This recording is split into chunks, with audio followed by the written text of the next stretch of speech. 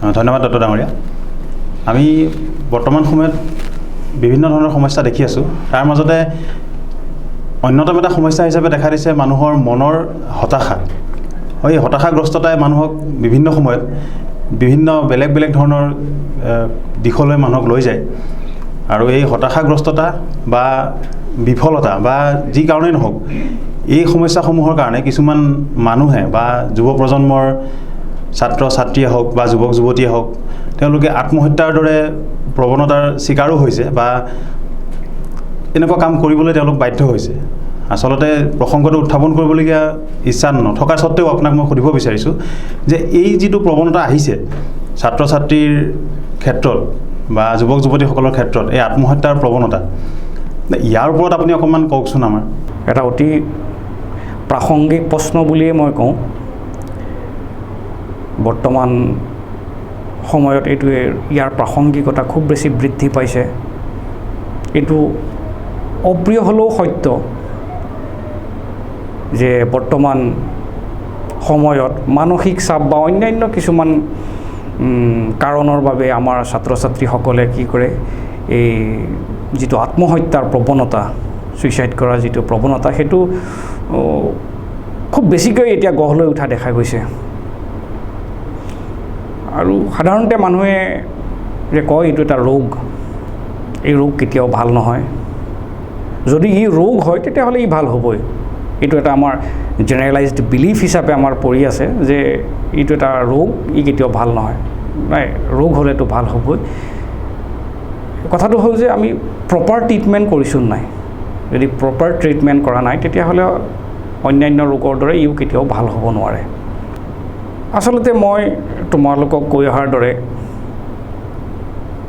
যে ইও এটা লক্ষণ, অন্যান্য ৰোগবিলাক যিদৰে এটা এটা লক্ষণ, যে ছুইচাইড কৰা যিটো প্ৰৱণতা, সিও এটা লক্ষণ। তাৰ উৎসটো বহু ভিতৰত সোমাই আছে। মই আজি বৰ ইয়াৰ গভীৰতালৈ নাযাওঁ, পিছত আমি গভীৰতালৈ যাম। মই থুলমূলকৈ মই এটা আভাস দিওঁ যে আমাৰ শিক্ষা গ্ৰহণ বা যিকোনো বস্তু গ্ৰহণ কৰাৰ 3টা পদ্ধতি আছে। মানে আমি কিদৰে গ্ৰহণ কৰিম কিবা এটা বস্তু, যে এটা আমি দেখি পেলাই আমি গ্ৰহণ কৰোঁ। আমাৰ যি 5টা ইন্দ্ৰিয় আছে, সেই 5টা ইন্দ্ৰিয়ৰ ভিতৰত আমি 3টাক আমি ইয়াত ইউজ কৰোঁ। পঢ়া শুনা ক্ষেত্ৰতে হওক বা বেলেগ ক্ষেত্ৰতে হওক, এই দেখি আমি শিকোঁ কিবা এটা বস্তু,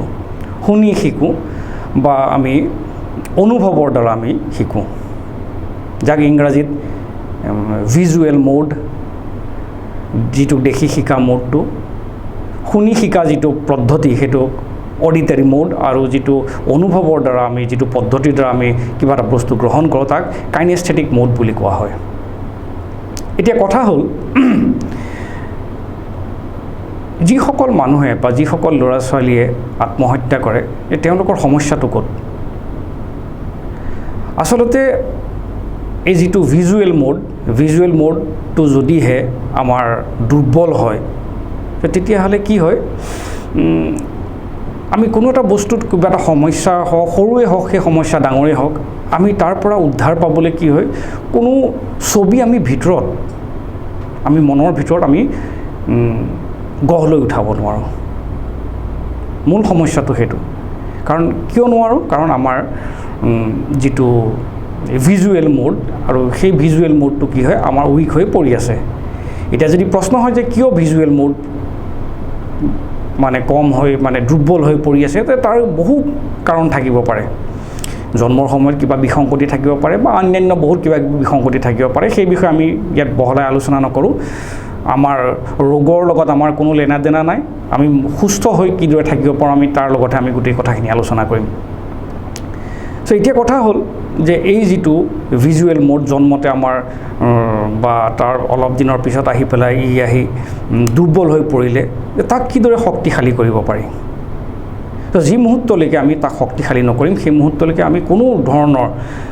তেনেকুৱা সমস্যাত পৰিলে আমি উদ্ধাৰ পাবলৈ বৰ কষ্ট কৰিব লগা হয়। ইভেন দেখা যায় যে বহু IAS বিষয়ায়ো আত্মহত্যা কৰে বা বহু উচ্চ পদবী বিষয়াসকলেও কেতিয়াবা কেতিয়াবা আত্মহত্যা কৰা দেখা যায় যে কিয় তেওঁলোকতো এটা বেটছৰ গোটেই ভাৰতবৰ্ষৰ ভিতৰত খুব ব্ৰিলিয়েণ্ট মানুহ আছিলে তেওঁলোকে কি কাৰণে তেওঁলোকে আত্মহত্যা কৰিব লগা হ'ল তেওঁলোকৰ ওচৰত কোনো বুদ্ধি নাছিলে নেকি নে কি নাছিলে তেওঁলোকৰ আচলতে তেওঁলোকৰ এই ভিজুৱেল মোডটো উইক আছিলে যাৰ কাৰণে কি হয় তাৰ পৰা উদ্ধাৰ পাবলৈ কোনো ধৰণৰ ছবি মানে গঢ় লৈ উঠাব নোৱাৰে মনৰ ভিতৰত যিসকলে পাৰে তেওঁলোকৰতো কোনো কথা নাই চ' এতিয়া কথা হ'ল যে আমি কিদৰে আমি বুজি পাম যে এজন ল'ৰা বা এজনী ছোৱালীৰ ভিজুৱেল মোডটো শক্তিশালী হয় নে দুৰ্বল চ' তাক ধৰিবৰ কাৰণে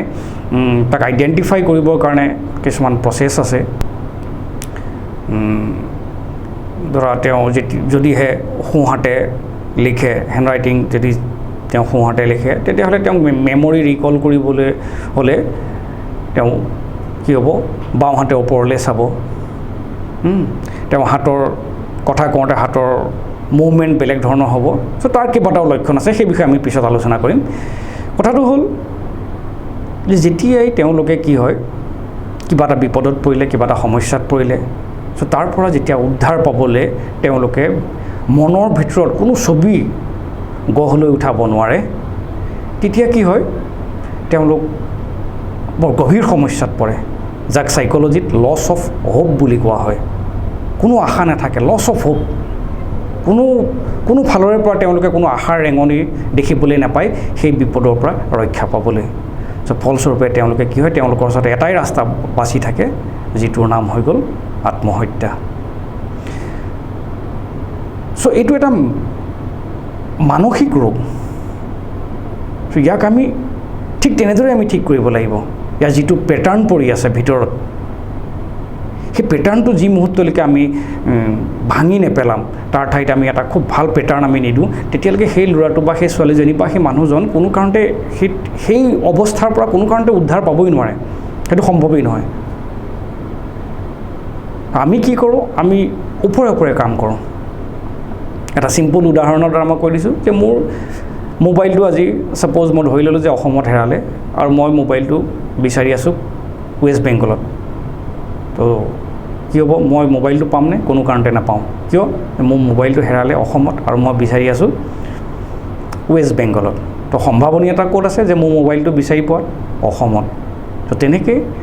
এই ৰোগবিলাকৰ কি হৈছে আমি চিমটমত আমি ওপৰে ওপৰে আমি কাম কৰি আছোঁ চ'ৰ্চলৈ আমি যাব লাগিব যে চ'ৰ্চ ক'ত আছে ক'ত তাক ঠিক কৰিব পাৰি আমি তাৰ ওচৰলৈ যাব লাগিব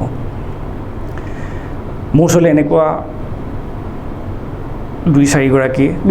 নহয় 7-8গৰাকীমান ছুইচাইড এটেম্প কৰা মানুহ মোৰ ওচৰলৈ আহিছে তো তেওঁলোকৰ লগত মই কথা পাতি মই যিটো বুজিছোঁ যে প্ৰত্যেকগৰাকীয়ে দুবাৰ তিনিবাৰকৈ এটেম্প কৰিছে চ' প্ৰত্যেকগৰাকীৰ লগত যেতিয়া মই কথা পাতোঁ তেতিয়া তেওঁলোকে এটাই কথা কয় যে সেই সময়ত কি হৈ যায় মই নিজেও নাজানো মই সম্পূৰ্ণ মোৰ নিজৰ ওপৰত মোৰ মনটোৰ ওপৰত মোৰ একো ওপৰতে কণ্ট্ৰল নাথাকে মই কি কৰি আছোঁ মই একো নাজানো মুঠতে মই কিবা এটা কৰোঁ তো কিবা এটা কৰিছোঁ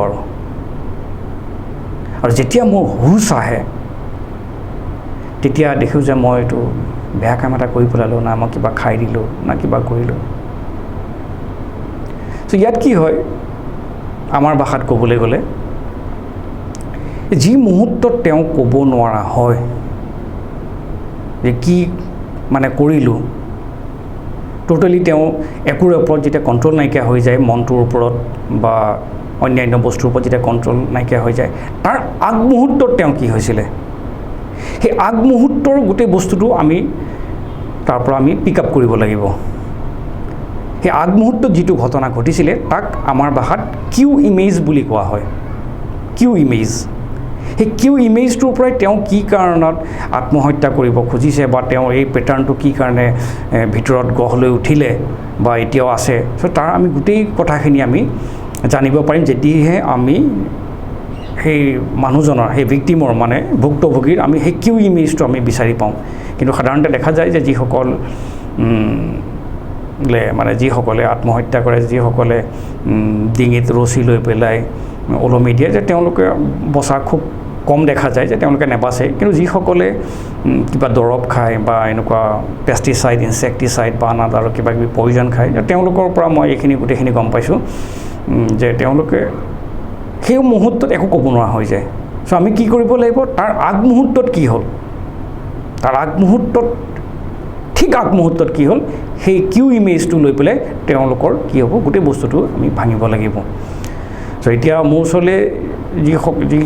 এই 7-8জন আহিছিলে তেওঁলোকে এতিয়া এটা খুব সুন্দৰ জীৱন তেওঁলোকে অতিবাহিত কৰি আছে 2জন মানে পঢ়ি আছে নাম উল্লেখ নকৰোঁ এইটো বেয়া কথা ঘৰ ক'ত সেই বিষয়ে উল্লেখ নকৰোঁ কিন্তু কথা হ'ল যে এই বস্তুটো আমাৰ প্ৰত্যেকজন ছাত্ৰ ছাত্ৰীকে আচলতে এই ভিজুৱেল মোডটো কি হয় শক্তিশালী কৰাটো খুব বেছি গুৰুত্ব আৰু যিটো সাধাৰণতে আমাৰ স্কুলত বা আমাৰ কলেজত বা আমাৰ অভিভাৱকসকলেও ইয়াৰ ওপৰত কিন্তু গুৰুত্বটো একেবাৰে কম দিয়া দেখা গৈছে আৰু যেতিয়া তেওঁলোকে কামটো কৰে তাৰপিছতে আচলতে এইবিলাক কৰিতো একো লাভ নাই তো তেনেকুৱাও মোৰ লগত হৈছে আজি প্ৰায় 1.5 বছৰমানৰ পৰা মোৰ ওচৰত 5গৰাকীমান মানে এনেকুৱা অভিভাৱকক মই পাইছোঁ যে তেওঁলোকৰ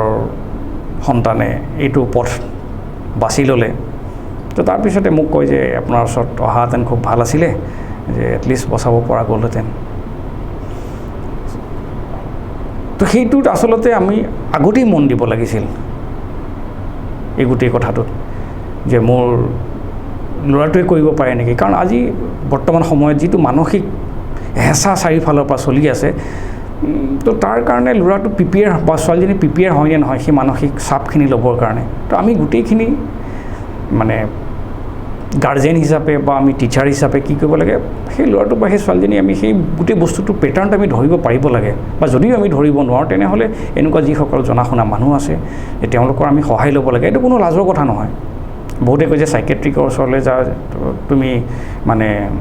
আমাৰ ভাষাত পাগল নেকি নহয় আচলতে পাগল নহয় সাইকোলজিকেল কাউন্সেলিং প্ৰত্যেকজন ল'ৰা ছোৱালীকে দৰকাৰ কিয় এইটো বস্তু আজিলৈকে ইগনোৰ কৰি আছে মই ধৰিব পৰা নাই ঠিক যাৰ কাৰণে প্ৰচুৰ সম্ভাৱনীয়তা থকাৰ পিছতো সেই ল'ৰাটো বা সেই ছোৱালীজনী আমাৰ মাজৰ পৰা হেৰাই যায় যিটো মোৰ খুব দুখ লাগে আজি ঠিক 2019 চনত অক্টোবৰ মাহত মোৰ বন্ধু এজন মই জানো যে তেওঁ কেইবাবাৰো ছুইচাইড এটেম্প কৰিছে তেওঁক মই অক্টোবৰ মাহত লগ পালোঁ অক্টোবৰ মাহত লগ পাই মই ক'লোঁ যে তোমাৰ এনেকুৱা হৈ আছে তোমাৰ কিবা অসুবিধা হৈ আছে নেকি কৈছে নাই মোৰ একো অসুবিধা হোৱা নাই মই তেওঁক ক'লোঁ যে তোমাৰ মই কোৱা শুনিছোঁ যে খুব মানসিক চাপত পৰি আছা এনেকুৱা তেনেকুৱা কথা কৈছে নাই মই ঠিকে আছোঁ এতিয়া আহিবাচোন কেতিয়াবা মোৰ ঘৰলৈ মই আলোচনা কৰিম তেওঁ বাৰে প্ৰতি কি কৰিছে গোটেই বস্তুটো এভইড কৰিছে না হ'ব মই ঠিকে আছোঁ মই এনেই কথা পাতিম এজ এ বন্ধু হিচাপে বোলে হ'ব ঠিক আছে আহিম বাৰু মই কোনো কাৰণতে উপজাচি তেওঁক ক'ব নোৱাৰোঁ যে তুমি আহিবা তোমাৰ লগত মই এইখিনি কাউন্সেলিং কৰিম বা এইখিনি প্ৰেক্টিকেল কাম কৰিম যদিহে মই উপজাচি কৰিবলৈ যাওঁ তেতিয়াহ'লে কি হ'ব তেওঁ গোটেই কথাটোত ইণ্টাৰেষ্ট নিদিব আৰু দ্বিতীয় কথা হ'ল যিখিনি কাম কৰিবলৈ ক'ম সেইখিনি কোনো কাৰণতে তেওঁ ফ'ল' নকৰে চ' সেইকাৰণে কি হয় মই কেতিয়াও উপজাচি নকওঁগৈ যে আপোনাৰ ল'ৰাটোক বা আপোনাৰ ছোৱালীজনীক এইখিনি কাউন্সেলিং দিয়ক বা এইখিনি কাম কৰাওক যদি আপোনালোকৰ সমস্যা আছে তেনেহ'লে আপোনালোকে কি কৰিব আৰু সেইটো দেখাই গৈছে আজিকালি যে এই সমস্যাত পৰিছে এইকাৰণে যিমান বেছি প্ৰেছাৰ চাৰিওফালৰ পৰা আজিকালি অহা আৰম্ভ হৈছে যে ল'ৰা ছোৱালীক এইখিনি কাউন্সেলিং অতি প্ৰয়োজনীয় হৈ উঠিছে চ' যাৰ কাৰণে কি হৈছে আমাৰ এই ল'ৰা ছোৱালী প্ৰচুৰ সম্ভাৱনীয়তা থকাৰ পিছতো আমাৰ মাজৰ পৰা হেৰাই যাব লগা হৈছে আৰু সেইটো খুব দুখৰ কথা খুবেই দুখৰ কথা 2017 চনত এটা মানে ষ্টেটিক্সত আহিছিলে যে ভাৰতবৰ্ষত প্ৰতিদিনাখনে 27ৰ পৰা 30গৰাকী ছাত্ৰ ছাত্ৰী আত্মহত্যা কৰে অলপ দুখৰ কথা নে কিমান সম্ভাৱনীয়তা থকা 30জন প্ৰচুৰ সম্ভাৱনাময় ছাত্ৰ বা ছাত্ৰী আমাৰ মাজৰ পৰা হেৰাই গ'ল যিটো হয়তো অপূৰণীয় ক্ষতি বুলি আমি ক'ম সেই অপূৰণীয় ক্ষতি আমি কেতিয়াও পূৰণ কৰিব নোৱাৰোঁ তাৰ কাৰণে কি কৰিব লাগিব যে আমি প্ৰথমতেই প্ৰিপেয়াৰ হ'ব লাগিব আমি প্ৰথমতেই সেই প্ৰত্যেকজন ল'ৰা ছোৱালীক আচলতে প্ৰত্যেকজন ল'ৰা ছোৱালীকে আমি এনেকুৱা কাউন্সেলিং দিব লাগে যাতে ভৱিষ্যতে গৈ পেলাই তেওঁলোকে এনেকুৱা এটা পথ বাছি ল'ব লগা নহয় যাতে যিকোনো ধৰণৰ সমস্যা তেওঁলোকৰ জীৱনলৈ আহিলে